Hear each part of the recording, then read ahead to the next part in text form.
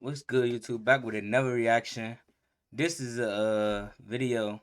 This young boy about his godmother. I want to know what's the background between him and her, and who she is. This is a video about this. So I wanted to see. I'm gonna react to it. See what this about. She really is, how she entered Youngboy's life when he was just a struggling kid in Baton Rouge, how she was there when his beloved grandmother passed away, and why Youngboy's own mother, Shahonda Galden, threw shade at her on Instagram saying, "Where was I when other people were raising my kids? Two sides to every story." Today we're exposing the full truth about NBA Youngboy's godmother, from the good she did to the disturbing allegations that have everyone talking. Stay until the end because what we uncover will change how you see What this entire allegations? situation. Wait, what allegations? I ain't hear nothing about this. Let's get into it. To understand this story, we need to go back to Baton Rouge, Louisiana, where a young Kentrell Galden, better known as NBA Youngboy, was growing up in one of the most dangerous neighborhoods in America. This wasn't a fairy tale childhood, this was survival mode from day one. Kyrie Oliver, also known as Kyrie Garcia, wasn't some random person who stumbled into Youngboy's life. She was a counselor working with the Marine Corps program, specifically assigned to Capitol Middle School in Baton Rouge. Her job was to mentor at-risk youth, kids who were struggling academically, kids who came from poverty, kids who were on the verge of being swallowed up by the streets. According to multiple sources, including an interview Kyrie did with KSL News, she was placed at Capitol Middle School to work with students who were in danger of not graduating. The statistics were grim.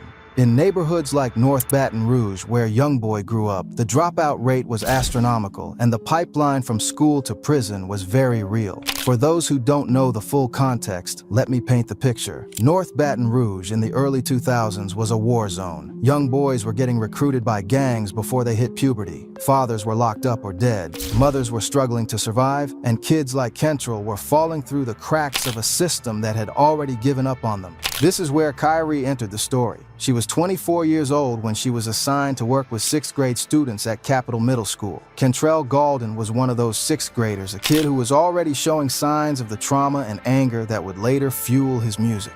It was just an ordinary day at Capitol Middle School when Kyrie Oliver first encountered the kid who would become one of the biggest rappers in the world, but nobody knew that then. All they saw was a troubled 6th grader who was on the verge of being held back, a kid with anger issues, a kid who was already gravitating toward the streets. According to Kyrie's own account, she was assigned to mentor Kentrell because he was struggling academically. His home life was unstable. His father, Jeffrey Tate, was locked up for 55 years for armed robbery and attempted Damn, 55. murder. His mother, Shahonda, was young and trying to figure out her own life. And while his grandmother, Alice Galden, was doing her best to raise him, she was already in her 60s and dealing with her own health issues. Kyrie saw potential in Kentrell that others didn't see. While teachers were writing him off as another statistic, another kid who would drop out and end up dead or in prison, Kyrie believed he could be something more. She started working with him regularly, helping him with his schoolwork, talking to him about his future, trying to keep him focused on something other than the streets. But here's where the story gets complicated. The relationship between Kyrie and Kentrell went beyond the typical mentor-student dynamic. According to multiple sources, Kyrie became so involved in Kentrell's life that she eventually became his godmother. This wasn't just a professional relationship anymore. This was family, or at least that's what it was supposed to be. The Marine Corps program that brought Kyrie to Capitol Middle School was designed to be temporary. But even after the program ended, Kyrie stayed in Kentrell's life. She continued to mentor him, guide him, and according to her own statements, she was there for him when he had nobody else. Before we can fully understand Kyrie's role in Youngboy's life, we need to talk about the woman who was truly his everything. Wait, why did they make it go dark? Like she did something to this nigga. His grandmother, Alice Galden. Because the truth is, Kyrie didn't step in when Youngboy had nobody. She stepped in when he had his grandmother, and later when his grandmother passed away, the void that was left was something nobody could fill. Alice Galden wasn't supposed to raise her grandson. She was already in her 60s when Kentrell was born in 1999, living in North Baton Rouge on 38th Street in a neighborhood where gunshots were more common than ice cream trucks. But when life fell apart for her daughter, Shahonda, and her grandson needed someone to step up, Alice didn't hesitate. "My grandma was my everything," Youngboy said in interviews, and you could hear the pain in his voice when he talked about her. That was my protection, my comfort, my protector. This wasn't just some generic statement about family. This was a young man acknowledging that one person stood between him and complete abandonment. Alice Golden's house on 38th Street became Kentrell's sanctuary. While the streets outside were filled with violence, drugs, and chaos, inside her home was the only place where he felt safe and loved. Alice Golden didn't just take care of Kentrell, she loved him unconditionally in a way that nobody else ever would. She cooked for him, helped him with homework, disciplined him when he acted up, and most importantly, she made him feel like he mattered. But Alice Golden was dealing with her own struggles too. She was raising a child on a fixed income in a neighborhood where basic necessities were expensive and hard to come by. She was watching her grandson deal with trauma from his father's absence and his mother's inconsistent presence, and she was trying to protect him from the streets that had already claimed so many young men in their community. The bond between Alice Golden and her grandson was different from typical grandparent relationships. She wasn't the fun grandma who spoiled him on weekends. She was his primary parent, his emotional anchor, and his only source of consistent love. "My grandma gave me anything I mean," Youngboy remembered in interviews. "My grandma made me feel loved." This wasn't just about material things. Alice Golden gave him emotional security that allowed him to develop into someone capable of love and loyalty even in the midst of chaos. When Alice Golden passed away around 2017 to 2018, NBA Youngboy lost more than just his grandmother. He lost the only person who had ever loved him unconditionally. The impact of this loss cannot be overstated because it fundamentally changed who he... I know that shit. I know that hurt, bro. If I lose my grandmother, bro, I don't know how I act, bro. Really a grandma baby. I feel that though, I be. He was as a person and as an artist. So, as she died, I seen like just this very big difference inside everything, Youngboy explained in interviews. And this difference was immediately apparent to everyone around him. The young man who had always been intense and emotional became even more isolated and guarded after losing his grandmother. "When she died, I ain't never felt that feeling again," Youngboy said, referring to the feeling of being truly loved. This statement reveals the profound impact of Alice Golden's death on his emotional development. The loss of unconditional love at such a crucial time in his life left him unable to trust or connect with people in the same way. The timing of Alice Golden's death was particularly devastating because it came just as Youngboy's career was really taking off. He was achieving the success that she had always believed he could reach, but she wasn't there to see it or share in his accomplishments. This is where She died when he was already famous? Well, taking off? That's crazy. I know that hurt. Kyrie's role in Youngboy's life becomes more significant. According to her own statements and various sources, Kyrie was there for Youngboy during one of the darkest periods of his life. When Alice Golden died and Youngboy was dealing with grief, legal troubles, and the pressures of a rapidly growing music career, Kyrie stepped up. In her interview with KSL News, Kyrie claimed that she helped guide Youngboy when he was on the verge of being held back in school, and that she continued to be a presence in his life even after he dropped out of high school in 9th grade. She positioned herself as someone who believed in him when others didn't, someone who saw his potential and tried to keep him on the right path. For those who don't understand the hip-hop industry, this is important context. When young rappers start to blow up, everyone wants a piece of them. Managers, promoters, hangers-on, and people claiming they were there from the beginning all come out of the woodwork. The question becomes, who was really there and who's rewriting history to benefit from someone else's success? According to multiple sources, Kyrie was indeed in Youngboy's life during his formative years. She was there when he was just Kentrell, a troubled kid from Baton Rouge with big dreams and bigger problems. She mentored him, supported him, and according to her, she never gave up on him even when he made decisions that could have destroyed his future. But here's where things start to get murky. Youngboy's fans know he ended up spending 2 years on house arrest in Utah. But what most people don't know is that Kyrie Garcia is allegedly the reason he was able to serve that house arrest in Utah instead of sitting in a Louisiana jail. According to sources, Kyrie had connections in Utah and helped facilitate Youngboy's house arrest arrangement there. This was a huge deal. House arrest in Utah, away from the violence and chaos of Baton Rouge, gave Youngboy the space and time to focus on his music without the constant threat of street violence. During those 2 years, he released some of his Godmother, I ain't gonna lie, she looked out for this nigga. Got this nigga staying in Utah instead of Baton Rouge. That's a W. Most successful projects and solidified his position as one of the hottest young rappers in the game. So on the surface, Kyrie was the godmother who came through when it mattered most. She was there when his grandmother died. She helped him navigate the legal system, and she watched him transform from a troubled kid into a superstar. This should be a heartwarming story about mentorship and loyalty, right? But things were about to get a lot more complicated. Before we get into the disturbing allegations, we need to address the elephant in the room. Youngboy's mother, Shurhanda Galden, and her very public shade toward Kyrie. After Kyrie's interview with KSL News, where she talked about stepping into Youngboy's life because his mother wasn't around, Shurhanda took to Instagram with a cryptic but pointed message. On her Instagram story, she wrote, "Where was I when other people were raising my kids? Two sides to every story. Don't make me humble your ass." Now, if you've been following NBA Youngboy's story, you know his relationship with his mother has always been complicated.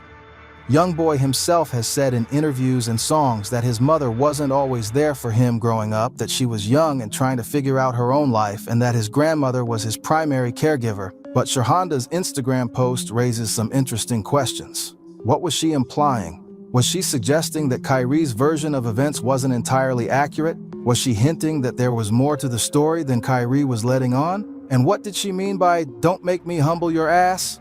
Was that a threat to expose something about Kyrie? To understand this situation, we need to acknowledge the complexity of Black motherhood, especially in communities affected by poverty, incarceration, and systemic racism.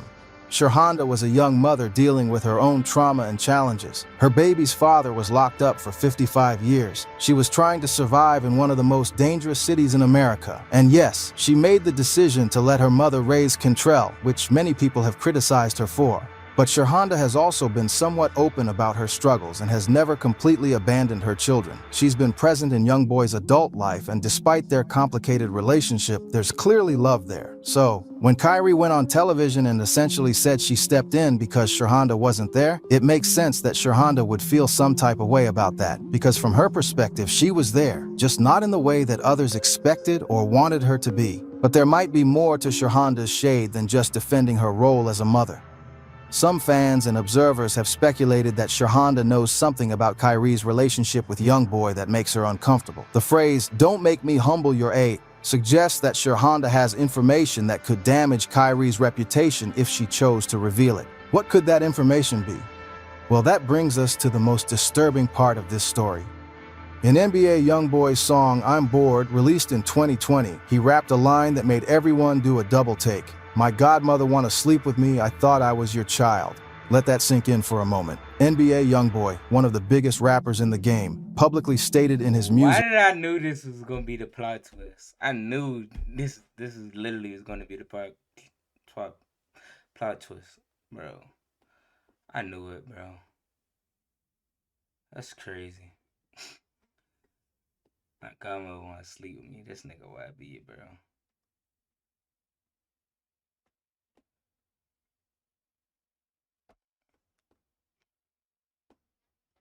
This nigga YB. That his godmother wanted to have a physical relationship with him. The woman who was supposed to be his mentor, his guardian, his protector, allegedly wanted something completely inappropriate from him. Now, Youngboy is known for being brutally honest in his music. He doesn't sugarcoat things, and he doesn't make up stories for shock value. When he says something in a song, it's usually based on real experiences and real feelings. So when he said his godmother wanted to sleep with him, fans immediately started asking questions. Who was he talking about? Was it Kyrie? And if so, what exactly happened between them? To understand this allegation, we need to look at the timeline.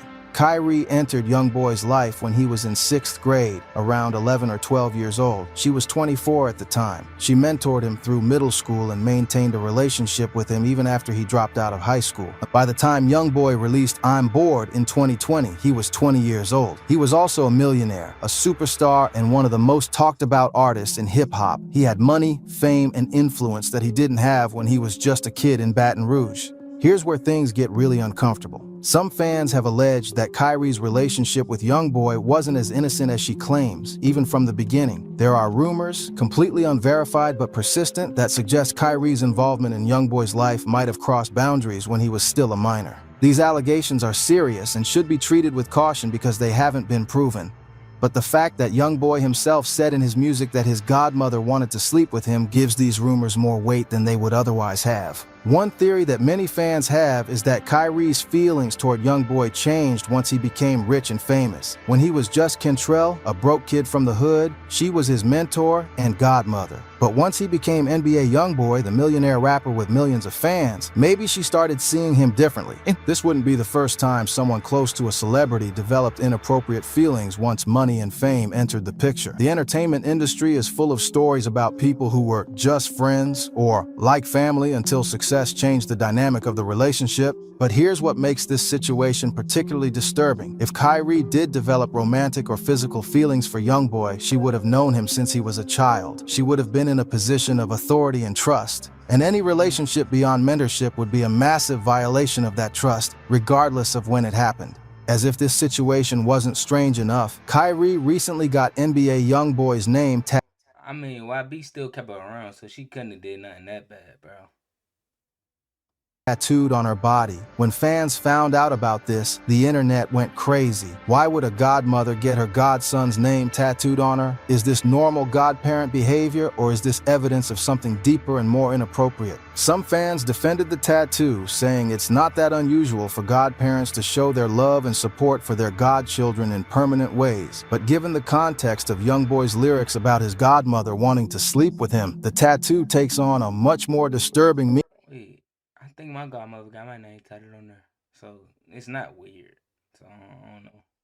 The tattoo suggests an obsession, a level of attachment that goes beyond normal godparent-godchild relationships. Combined with Youngboy's explicit statement in his music, it paints a picture of a woman who may have crossed boundaries that should never be crossed. Despite the disturbing allegations, we have to acknowledge that Kyrie did play a role in NBA Youngboy's journey to superstardom. According to her own account and various sources, she was there during crucial moments in his life and career. When Youngboy was on house arrest in Utah, Kyrie was allegedly instrumental in making that happen. Those 2 years in Utah, away from the violence of Baton Rouge, gave Youngboy the space to focus on his music and build his career. During that time, he released projects like AI Youngboy, Until Death Call My Name, and Realer, all of which performed incredibly well and solidified his position in the rap game. Kyrie watched Youngboy go from a kid who might not graduate middle school to one of the biggest rappers in the world. She saw him accumulate millions of streams, millions of fans, and millions of dollars. And according to her, she never forgot where he came from or the struggles he overcame to get there.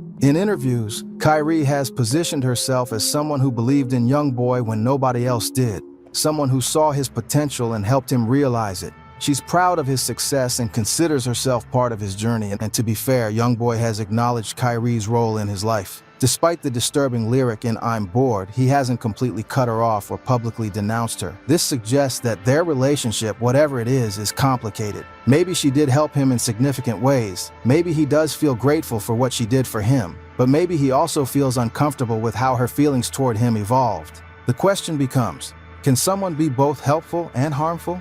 Can someone genuinely care about you while also having inappropriate feelings for you? The answer is yes, and that's what makes this situation so complicated. Kyrie may have genuinely wanted to help Youngboy succeed. She may have seen his potential and worked hard to keep him on the right path. But if she also developed romantic or physical feelings for him, especially if those feelings existed when he was still a minor, then her help comes with a very dark side. This story isn't just about NBA Youngboy and his godmother. It's about power dynamics, exploitation, and the vulnerability of young people in the entertainment industry. When adults are placed in positions of authority over children and teenagers, there's an inherent power imbalance.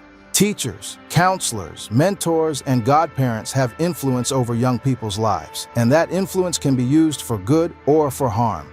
If the allegations about Kyrie are true, if she did have inappropriate feelings for Youngboy or acted on those feelings, then she would have abused her position of power. She would have taken advantage of a vulnerable young man who trusted her and depended on her for guidance and support. The entertainment industry has a long history of adults exploiting young talent. From managers who steal money to producers who demand physical favors, the stories are endless and disturbing. Young artists, especially those who come from poverty and difficult backgrounds, are particularly vulnerable because they're desperate for success and willing to tolerate inappropriate behavior if they think it will help their careers. NBA Youngboy came from nothing. He grew up in poverty, surrounded by violence, with a father in prison and a mother who struggled to be present. When Kyrie entered his life and offered mentorship and support, He probably felt grateful and indebted to her. If she then developed inappropriate feelings for him, he would have been in an incredibly difficult position. How do you reject someone who helped you when you had nothing? How do you set boundaries with someone who has power over your life? There's also an important conversation to be had about how society treats male victims of inappropriate relationships with older women. When a young man is involved with an older woman, especially if he's successful and wealthy, people often don't take it seriously. They make jokes, they congratulate him, they act like it's not a big deal. But if the genders were reversed, if this was a story about a 24-year-old man mentoring an 11-year-old girl and then allegedly wanting to sleep with her once she became famous, everyone would immediately recognize it as predatory and wrong. The same standard should apply regardless of Nah, facts. They should apply no matter what, man or woman. Nah, that's facts, bro. gender. NBA Youngboy's lyric, "My godmother wanna sleep with me, I thought I was your child," is a cry for help, a statement of confusion and betrayal. He's saying, you were supposed to be my family, my protector, and now you want something from me that you should never want. That's traumatic, regardless of his age when it happened, or his current success and wealth. When you look at the whole picture, the story of NBA Youngboy and his godmother Kyrie is a complicated mix of genuine help, questionable motives, and potentially predatory behavior.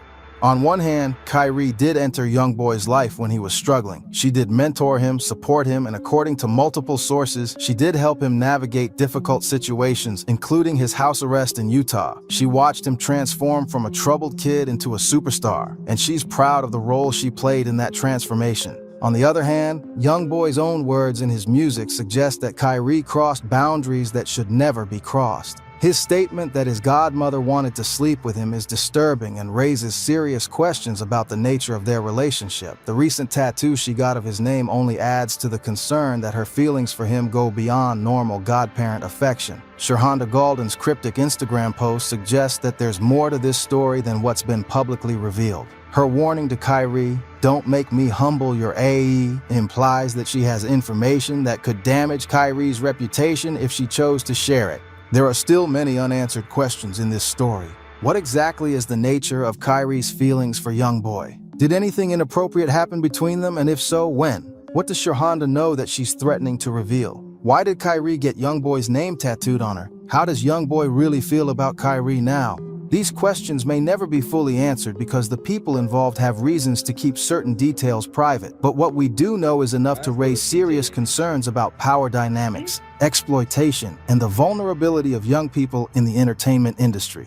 At the end of the day, NBA Youngboy's story is a reminder that success doesn't erase trauma and money doesn't heal wounds. He lost his grandmother, the only person who loved him unconditionally, and he's been searching for that feeling ever since. "Only time I ever feel love is when I walk on stage," he said, which is one of the saddest statements a person can make.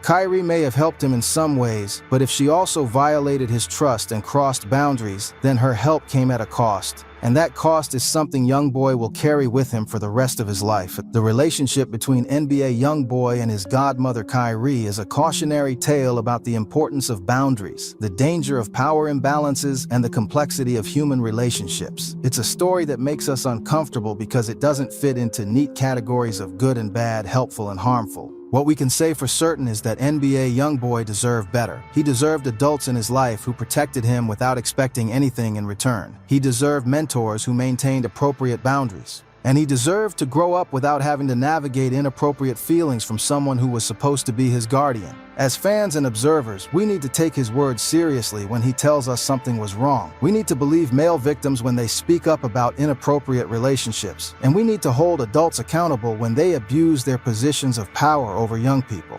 NBA Youngboy is a superstar now, with millions of fans and millions of dollars. But he's also a young man who's been through more trauma than most people experience in a lifetime. His music is powerful because it's honest, because he doesn't hide his pain or pretend everything is okay. When he rapped, "My godmother wanna sleep with me, I thought I was your child," he was telling us something important. The question is, are we listening? If this story shocked you, drop a comment below with your thoughts. Do you think Kyrie crossed the line? What do you think, Shurhan? Hmm. That's the end of this video. What y'all think, bro? You think she wanted to sleep with this nigga when he got famous, or she wanted to sleep when he was young? What y'all think? Let me know in the comments. Like, comment, subscribe. Back with another reaction. We're gonna keep this shit going.